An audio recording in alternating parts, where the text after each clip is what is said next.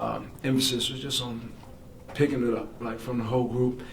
Coach got on us at halftime. I mean, we all knew that wasn't the type of basketball that we know and what we come out to play with on a night-to-night basis at our best. So we came out the second half. We had the energy, and I thought JD just did an amazing job of generating some type of energy. You know, every rebound he got, he was screaming, getting the crowd going, getting us going as a whole group. And I thought that type of energy just was a domino effect for everybody who got out there in that third quarter, and all throughout we just kind of rode off that momentum.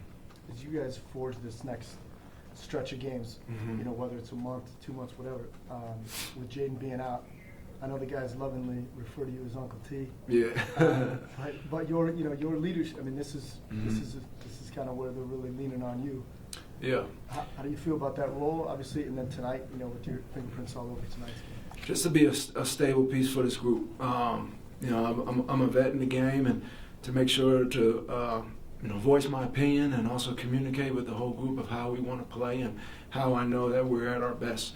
That starts on the defensive end and being locked in and being locked into the game plan that coaches have for us on a night-to-night basis. Offensively, looking for my spots out there on the floor, being aggressive when I get the rock, and just being a little bit more assertive out there in a couple of different positions. I thought, overall I did a great job of that tonight and was able to get to my spots, especially, with every lineup that I was at out there, and just make the right play. That's the biggest thing.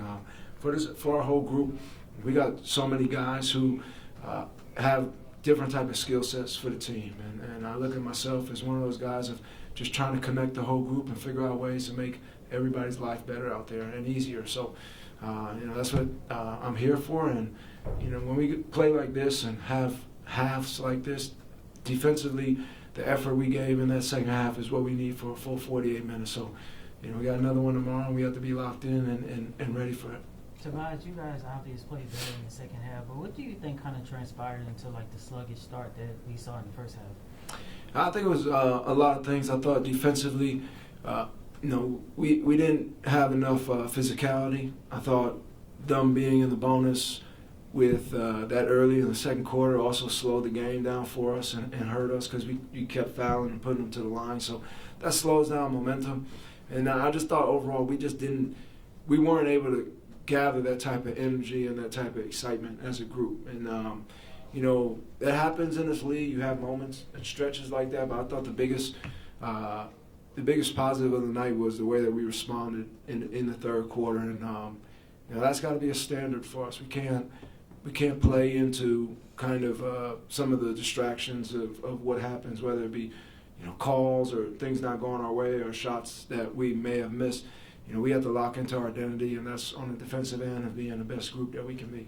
This team's won 5 of its last 6, with the first 3 being on the West Coast. Just what have you seen from the team in that span as far as just being able to punch back and respond to adversity?